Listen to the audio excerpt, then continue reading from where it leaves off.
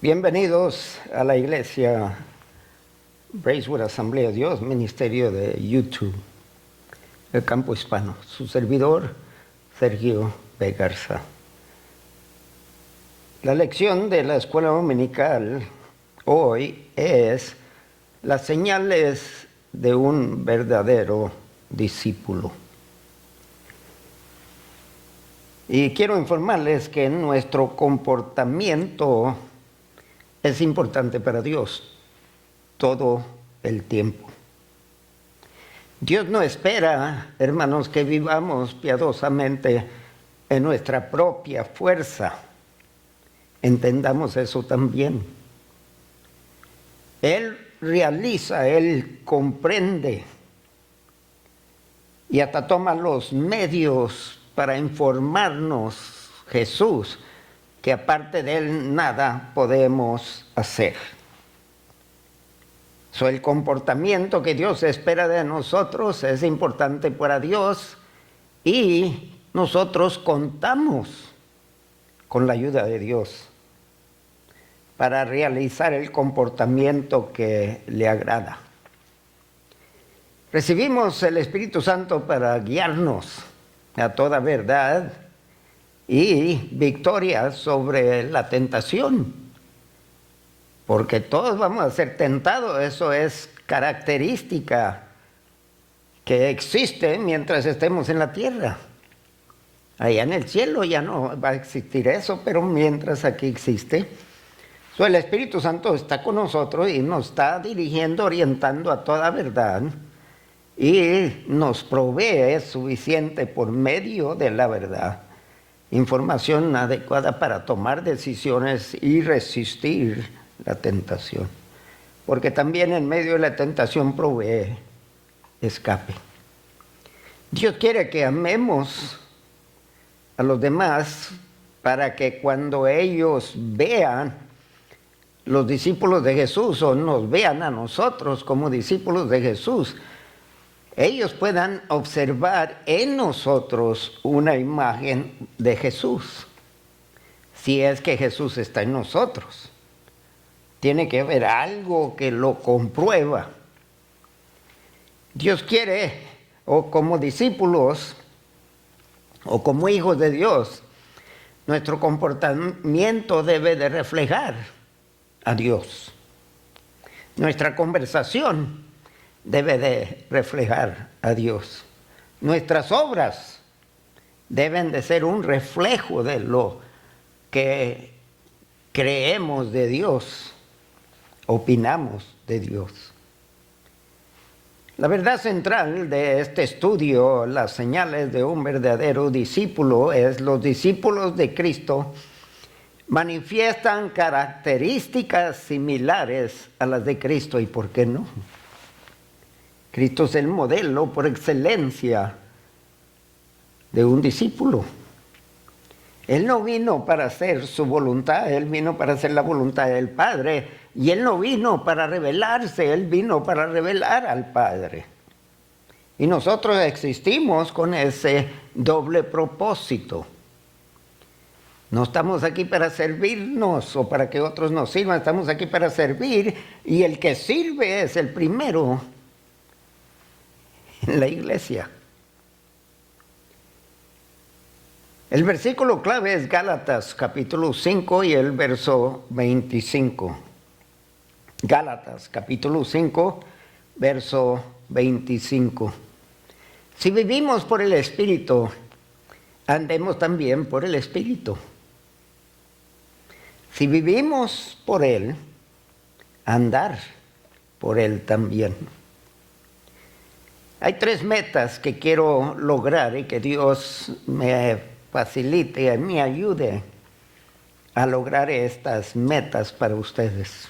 Primero, que comprendamos y demostremos las características bíblicas de un discípulo cristiano. No podemos demostrar lo que no comprendemos. Primero comprender para luego demostrar características de un discípulo de Cristo. Número 2, apreciar lo que significa ser guiados por el Espíritu Santo. Si hay algo que todo discípulo debe de aprender, es de aprender a depender del Espíritu Santo, a dejarse dirigir y guiar por el Espíritu Santo.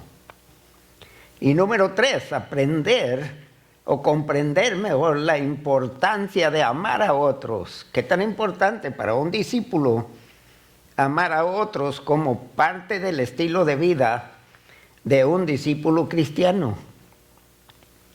El que no ama deja de ser discípulo, porque Dios es amor. Y nosotros amamos porque Él nos amó.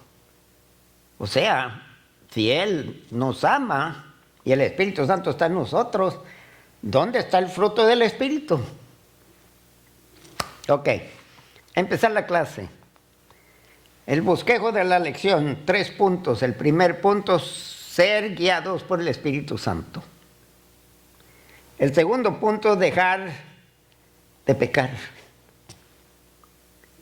No podemos seguir y continuar siendo discípulos si insistimos en seguir practicando el pecado. Hay que dejarlo. No es decir que nunca vamos a pecar, pero es decir que no lo convertimos en un hábito, en algo normal. Resistimos la tentación para pecar. Y número 3, amémonos unos a otros. Va a empezar con la lección. Punto número 1. Sean guiados por el Espíritu Santo. El subpunto, escuchen y obedezcan. Abran sus Biblias al libro de Gálatas, capítulo 5, y el verso 16 al 18. Gálatas, capítulo 5, verso 16 al 18. Y incidentalmente, para todas las clases de escuela dominical, les pido que por favor tengan sus Biblias presentes. De esta manera ustedes pueden correr a la Biblia para confirmar lo que estoy diciendo. Si contradice la Escritura, ignórenme. Dejen de sintonizarnos. Pero hermanos, si está en armonía con la palabra, entonces nos consta obedecer. Gálatas, capítulo 5, verso 16 al 18, donde pide 2 cosas de nosotros: que escuchemos.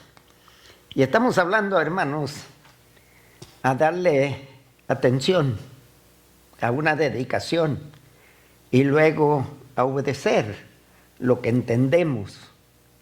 No podemos obedecer lo que nos confunde. Pero aquello que entendemos y captamos, debemos de obedecerlo. No es nada complicado. Gálatas 5, verso 16, digo pues, andad en el Espíritu y no satisfagáis los deseos de la carne. Porque el deseo de la carne es contra el Espíritu y el del Espíritu es contra la carne. Y estos se oponen entre sí para que no hagáis lo que quisieres. Pero si sois guiados por el Espíritu, no estáis bajo la ley. Ahora entienda algo que nos está diciendo el Espíritu Santo por medio de Pablo. Hermanos, mientras estemos en este cuerpo, hay inclinaciones a vivir como vivíamos anteriormente. Y el espíritu está completamente opuesto a la carne, y la carne opuesto al espíritu. Hemos nacido de nuevo, somos criaturas nuevas y lo viejo debe de pasar. Pero no va a pasar si no pasa aquí. Eso dice, andar en el Espíritu quiere decir que no satisfagemos los deseos de la carne. El deseo de la carne es contra el Espíritu y el deseo del Espíritu contra la carne. Estos se oponen. Mire, según Romanos capítulo 7 y el verso 15, Pablo ilustra esto. Estamos hablando del apóstol Pablo, el que escribió 13 cartas inspiradas por el Espíritu Santo que se incluyen en nuestro Nuevo Testamento. 13 cartas, consideradas inspiradas por el Espíritu Santo. Y miren la lucha que Pablo confiesa para usted y para mí. Y manifiestas son las obras de la carne. No hay que ignorarlas. Y miren lo que menciona, y no está la lista completa.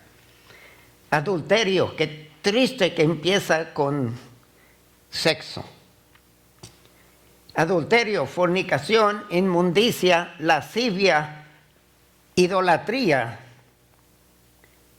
Idolatría es adoración de algo hecho por manos. Ya sea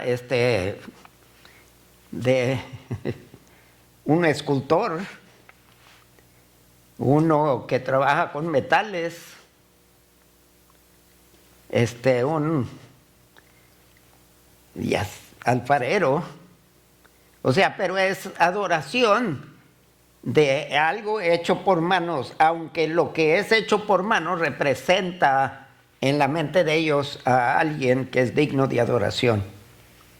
Entiéndame. Lea Éxodo capítulo 20. Pero bueno, estas son las obras de la carne que son manifiestas. Hechicerías. Oiga, consultamos con brujas, astrónomos, enemistades, pleitos, celos, iras, contiendas, disensiones,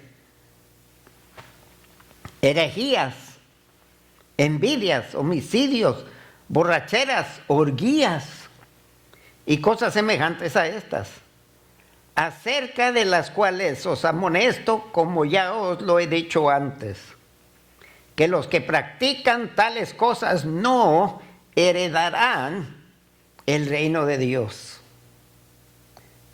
Si usted practica pleitos, contiendas, celos, envidias, etcétera, etcétera, usted no va a recibir el cielo, no va a ser recibido en el cielo.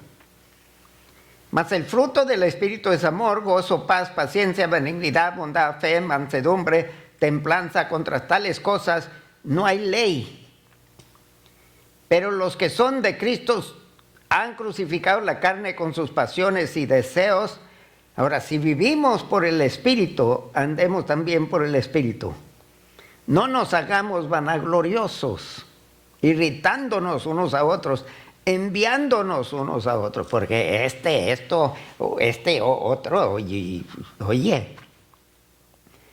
La palabra de Dios nos dice que si alguien prospera hay que gozarnos, aplaudirlo. Si alguien sufre, hay que sufrir con ellos, hay que llorar, hay que orar, hay que abrazar, hay que consolar. Lo que pasa con uno es celebración para todos.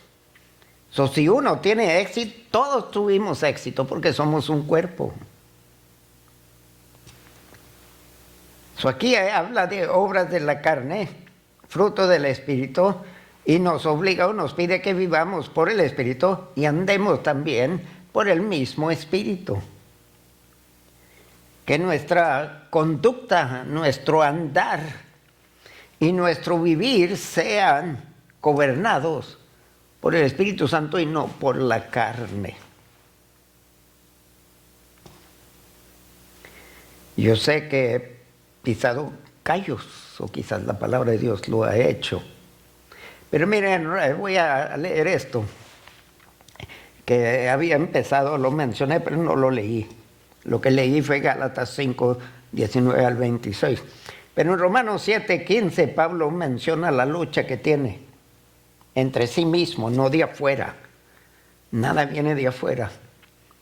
Pero es la respuesta de la carne a las cosas de afuera y la respuesta del Espíritu a las cosas de la carne. Y dice, porque lo que hago no lo entiendo, dice Pablo. ¡Wow! Eso me pasa a mí. Si somos honestos, vamos a confesarlo también. Porque lo que hago no lo entiendo, pues no hago lo que quiero. Sino lo que aborrezco, eso hago. Y más adelantito en el Romanos 7, grita, ¡ay de mí! Porque ¿qué solución hay para esto? Y con esa misma emoción menciona al Señor Jesucristo. Esa es la ayuda que tenemos. No luchamos contra la carne sin la ayuda de Cristo y del Espíritu Santo. No nos deja, no nos desampara, hermanos. Vamos a punto número 2, dejar de pecar. Su punto A, actuemos como nuestro Padre.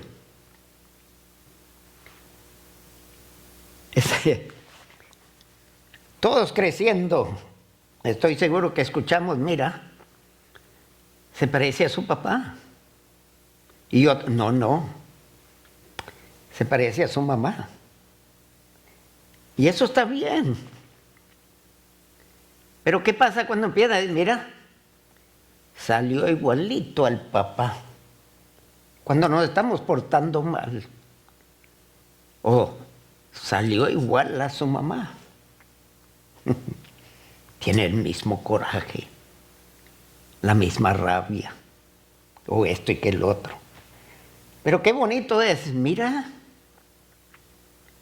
qué honrado, igual que su papá, porque ahora estamos hablando de nuestro papá celestial, de quien no se puede decir nada negativo. Y si somos sus hijos, según este punto debemos de actuar como sus hijos, que la gente vean, igualito a su papá. ¡Ay, qué lindo fuera! ¡Qué precioso! Leamos Primera de Juan, capítulo 3, verso 1 al 6. Primera de Juan, capítulo 3, verso 1 al 6. Mirad cuál amor nos ha dado el Padre, para que seamos llamados hijos de Dios. Por esto el mundo no nos conoce, porque no le conoció a Él. Amados, ahora somos hijos de Dios y aún no se ha manifestado lo que hemos de ser, pero sabemos que cuando Él se manifieste seremos semejantes a Él. Aprender ahora. Llegará el día que seremos semejantes a Él porque le veremos tal como Él es. Ahora lo único que vemos de Cristo es en la palabra. Pero espero que la gente vea a Dios en nosotros, vea algo de Cristo en nosotros. Porque dice allí que el mundo no nos conoce porque no conocen al Padre. Entonces, si no conocen al Padre, ¿a quién nos relacionan? Continuando con el verso 3. Y todo aquel que tiene esta esperanza en Él, se purifica a sí mismo. Así como Él es puro, todo aquel que comete pecado infringe también la ley, pues el pecado es infracción de la ley. Y sabéis que Él apareció para quitar de nuestros pecados y no hay pecado en Él. Y si Él está en nosotros y Él gobierna, no debe de haber pecado en nosotros. Todo aquel que permanece en Él no peca. Todo aquel que peca no le ha visto ni le ha conocido. ¡Wow! Ahora todos vamos a pecar. A lo que se está refiriendo aquí, cuando dice todo aquel que peca, todo aquel que vive como antes. Dice, él no ha visto a Jesús, no lo conoce, por consecuencia no sabe cómo comportarse. Y no le ha conocido, porque si le conociera, él supiera que esto le agrava, le incomoda, le inquieta a Jesús, lo frustra. Y si lo amamos, no queremos ofenderlo. No olvidar que el amor es parte del fruto del Espíritu Santo. Y voy a leer las definiciones de fruto porque es singular. Si usted no puede dejar de amar, y aunque refleje gozo, paciencia, mansedumbre, templanza, ese no es fruto del Espíritu. Quite cualquiera de estos de su vida y acaba de remover el fruto. El fruto del Espíritu es donde estos 9 puntos se manifiestan. No puede separar uno sin destruir todo. Es igual que la ley. El que viola una de las leyes violó todas las leyes de Dios. Ahora, en cuestión de obras de la carne son plural. ¿Por qué? Porque las obras de la carne es posible que practique una y ignore las demás. Pero en cuestión del fruto del Espíritu no puede ignorar ni uno de ellos. Tiene que manifestar todos. Porque es singular, es un fruto que se manifiesta en diferentes formas. Pero es uno. En cierto momento de crisis, de algún daño hecho, usted manifiesta el fruto del Espíritu Santo en misericordia, en paciencia, en templanza, en paz, en amor. En otras circunstancias, quizás se manifiesta en gozo por la sanidad de alguien, por el trabajo que consigue, o porque acaba de abrazar a Cristo. Si usted manifiesta el fruto en gozo, pero la verdad es manifestar gozo, está manifestando todo, porque es el Espíritu. Al Espíritu no lo puede dividir. Su punto B, que nadie los engañe. Que nadie nos engañe. Primera de Juan, capítulo 3, versos 7 al 10. Abra su Biblia a ese pasaje. Primera de Juan, capítulo 3, versos 7 al 10. Hijitos, nadie os engañe. El que hace justicia es justo, como Él es justo, como Jesús es justo. El que practica el pecado es del diablo. ¿Lo leyeron? Hermano, yo no estoy interpretando, yo estoy leyendo lo que dice. El que practica el pecado es del diablo. No el que peca ocasionalmente, pero el que lo practica. El que lo cultiva. El que está confortable o está ajustado al pecado. Y lo hace diariamente, hasta lo piensa. Es del diablo, porque el diablo peca desde el principio. Para esto apareció el Hijo de Dios, para deshacer las obras del diablo en nosotros, no en el mundo. Porque el mundo a veces nos cuestiona si Dios existe, ¿por qué hay tanta guerra, tanta matanza? Es que Dios vino a deshacer las obras del diablo en usted y en mí, en aquellos que somos hijos de Dios. Todo aquel que es nacido de Dios no practica el pecado porque tiene el poder de Dios para resistirlo.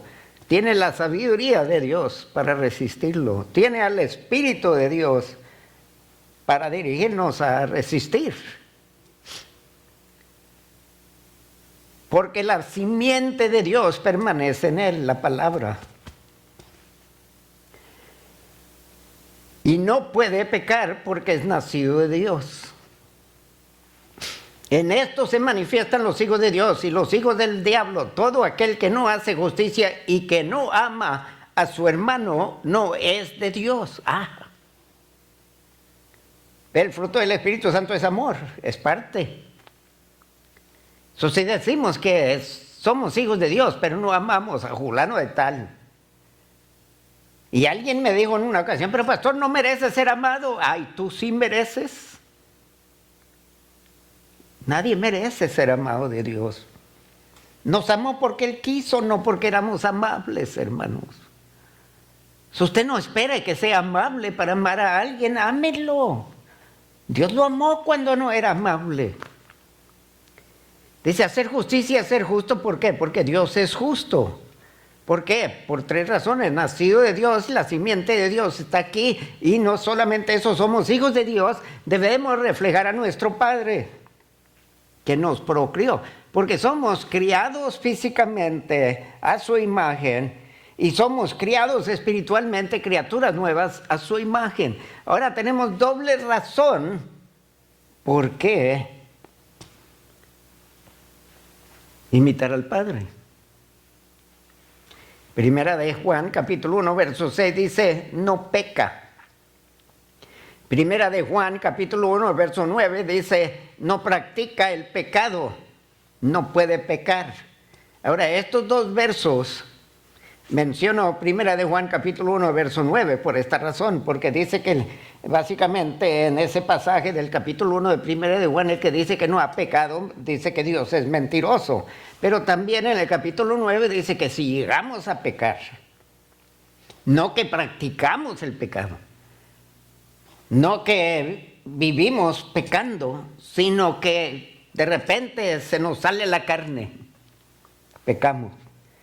Pero dice que si confesamos nuestros pecados, Dios es justo y hábil para perdonarnos y limpiarnos de toda inmundicia. Primera de Juan, capítulo 2 y el verso 1 dice, hijitos míos, estas cosas os escribo para que no pequéis.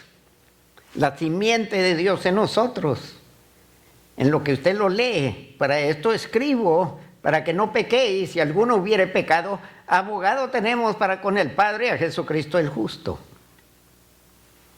Pero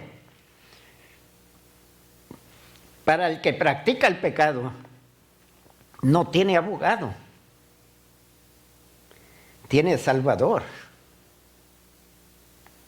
Tiene que abrazarlo como Salvador. Tiene un Padre que lo ama, que se dio a su Hijo para que creyendo en el Hijo no se pierda. Pero para el cristiano, el Hijo de Dios, que de repente mete la pata y se siente mal, la convicción del Espíritu Santo, Dios le dice que tenemos abogado. Pero nos dice en el capítulo 1 de Primera de Juan que tenemos que confesar. Tenemos que decirle al Padre, es cierto, Señor. Esto que hice, tú lo llamas pecado y yo también, perdóname. Y Dios es justo y hábil, porque ha sido justificado en Cristo Jesús por su muerte vicaria en la cruz. Y ahora, no solamente nos perdona, pero la sangre de Cristo nos limpia. Punto número 3, amémonos unos a otros. El gran amor de Dios. Primera de Juan, capítulo 4, versos 7 al 12, dice, amados, amémonos unos a otros, porque el amor es de Dios, no es del hombre. Todo aquel que ama es nacido de Dios y conoce a Dios. El que no ama no ha conocido a Dios, porque Dios es amor. En esto se mostró el amor de Dios para con nosotros, en que Dios envió a su Hijo unigénito al mundo para que vivamos por Él. Murió por nosotros y ahora por medio de Él podemos vivir para Él. Y en este caso, por Él. O sea, en Cristo tenemos vida y vida eterna. En esto consiste el amor, no en que nosotros hayamos amado a Dios, sino en que Él nos amó a nosotros y envió a su Hijo en propiciación por nuestros pecados. Gloria a Dios, hermanos. Dios nos amó a todos. No hay alguien aquí más amable que otro. Hermanos, fue la misma sangre derramada por todos, fue el mismo cuerpo quebrantados por todos, digo. ¿En dónde está la distinción y diferencia? Ay, Dios me ama más a mí porque yo esto y que lo... No, tuvo que pasar por el mismo sacrificio para salvarlo que a otro. So, amados, si Dios nos ha amado así, ¿qué quiere decir también? Nosotros debemos de amarnos unos a otros. Nadie ha visto jamás a Dios. Si nos amamos unos a otros, Dios permanece en nosotros y su amor se ha perfeccionado en nosotros. No que el amor de Dios necesite perfección, pero el amor de Dios en nosotros necesita perfeccionarse. Y entre más nos acercamos a Dios, entre más maduramos en Dios, más se va perfeccionando ese amor de Dios hasta que llega a ser más y más como el amor de Dios. Porque Dios no necesita que algo de Él sea perfeccionado. Él es perfecto. Entonces, cuando habla de perfeccionarse, es en nosotros. Que se perfeccione el amor de Dios en nosotros. En esto consiste el amor, no en que nosotros hayamos amado a Dios, sino en que Él nos amó a nosotros. Quiere decir que amó a los peores. A los que usted imagina que son los más vil de pecadores, porque usted se considera algo. Yo no soy como él. El fariseo dijo lo mismo del publicano, y el publicano salió justificado, y el fariseo salió como entró. No, hermanos, no haga comparación. Si se va a comparar con alguien, compárese con Jesús. Su punto B, viviendo confiadamente. Aleluya. Dios no nos deja en dudas, hermanos. Él quiere que vivamos confiadamente. Lea conmigo Primera de Juan, capítulo 4, verso 13 al 21. En esto conocemos que permanecemos en Él y Él en nosotros, en que nos ha dado de su Espíritu. Nosotros hemos visto y testificamos que el Padre ha enviado al Hijo, el Salvador del mundo. Verso 15, todo aquel que confiese que Jesús es el Hijo de Dios, Dios permanece en Él y Él en Dios. Confesar, oiga, yo lo puedo confesar en la mente sin abrir mi boca, pero que no creo que es lo que está diciendo. Porque si usted ama al prójimo y ama al pecador y ama al enemigo, usted va a confesar que Jesús es el Hijo de Dios. En otras palabras, hermano, no hay otro camino, no hay otra verdad y no hay otra vida. Y que solamente en Jesús podemos venir al Padre. Tenemos que confesarlo, confesamos tantas cosas. Es tiempo de confesar que Jesús es el Hijo de Dios. Y que Dios, de esta manera Dios va a permanecer en nosotros y nosotros en Dios. O el Hijo de Dios. Dios permanece en Jesús y Jesús en Dios. El verso 16. Y nosotros hemos conocido y creído el amor que Dios tiene para con nosotros. Dios es amor.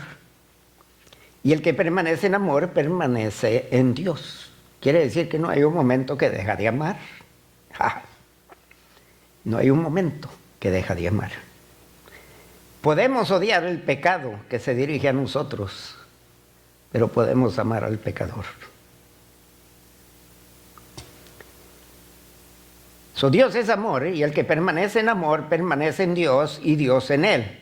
En esto se ha perfeccionado el amor en nosotros para que tengamos confianza en el día del juicio. Cuando llegue ese día, no entramos con temor, no sentimos incertidumbres, estamos confiados, pues como Él es, así somos nosotros en este mundo. En el amor no hay temor, sino que el perfecto amor echa fuera el temor, porque el temor lleva en sí castigo, de donde el que teme no ha sido perfeccionado en el amor. Nosotros le amamos a Él porque Él nos amó primero. Si alguno dice yo amo a Dios y aborrece a su hermano, es mentiroso. Pues el que no ama a su hermano, a quien ha visto, ¿cómo puede amar a Dios a quien no ha visto? Y nosotros tenemos este mandamiento de Él: el que ama a Dios, ame también a su hermano. Déjeme volver a resumir aquí. Nuestro comportamiento es importante para Dios. Hermanos, Dios no espera que vivamos piadosamente en nuestra propia fuerza. Contamos con el Espíritu Santo, con su palabra y con hermanos que Dios constituye para instruirnos, enseñarnos, a la madurez, a la estatura de Jesús. Oiga, tenemos mucho a favor. No tenemos por qué tropezar, no flaquear, no caer, no desmayar. Por un lado, recibimos al Espíritu Santo para guiarnos a toda verdad y para obtener y conseguir y vivir en completa victoria contra el pecado. ¿Ustedes no creen que el Espíritu Santo puede? Sí puede, pero usted tiene que darle su lugar. Quiere decir, tiene que detronarse y entronar al Espíritu Santo en su vida, su mente, su corazón. Dios quiere que amemos a los demás para que cuando ellos vean a nosotros, discípulos de Jesús, también puedan ver una imagen de Jesús en nosotros. O sea, lo que estoy hablando lo ven en nuestro carácter, en nuestras obras, nuestras actuaciones, y pueden decir, ahora creo lo que estás diciendo. Les cuento lo que me pasó en una ocasión en el trabajo. Estaba evangelizando a Rafael, se llamaba, no me acuerdo su apellido, pero este era bien sinvergüenza conmigo. En un tiempo estaba dentro del casco de el molde de una máquina y estaba armando la máquina por dentro. Era grande, yo tenía que dar vueltas por dentro y por fuera era de metal, y él vino con una maleta y le dio por fuera. Oiga, el eco me rompió el tambor de los oídos. Salí, tiré un brinco, yo no sé cómo salí de ahí, pero en coraje agarré una maleta y estaba para dejársela caer sobre la cabeza. Y me detuve. Dejé caer la maleta, me di la vuelta avergonzado, fui al baño, me puse a orar y le pedí a Dios perdón por haber actuado en la carne y no en el espíritu. Porque el mal no se vence con el mal, se vence con el bien. Después fui, lo busqué y le pedí perdón. Pero ¿sabe qué me dijo? Dije, pues no dices que eras cristiano y te portaste igual que mí. Sí, tienes toda la razón. La diferencia es que yo le pedí perdón a Dios por lo que te iba a hacer, que no te hice. Le pedí perdón a Dios porque lo pensé y actué. Pero tú no me has pedido perdón por lo que hice. Ahí está la diferencia entre quién eres y quién soy. Jesús lo golpearon, lo escupieron, le arrancaron la barba y nunca maldijo a nadie. Y era Dios. Y al contrario le pidió a Dios que no los inculpara, que los perdonara, porque no sabían qué hacer. Y yo estoy pidiendo a Dios que te perdone. ¿Sabe que la semana siguiente, el lunes, él llegó poco tarde? Yo ya estaba trabajando. Dice, Sergio, cuéntame de nacer de nuevo. Eso ya le expliqué. Y me dijo, este domingo fui a la iglesia con mi esposa. He nacido de nuevo. Aleluya. Hermanos, ¿dónde están las señales de que usted es un discípulo de Dios? Vamos puestos de pie. Divino y eterno Padre Celestial, apreciamos, Señor, tu palabra. Y a veces luchamos con ciertos aspectos y creemos que somos tan imposible para cumplirlo, Señor. Pero en Cristo lo podemos. Pedimos tu ayuda.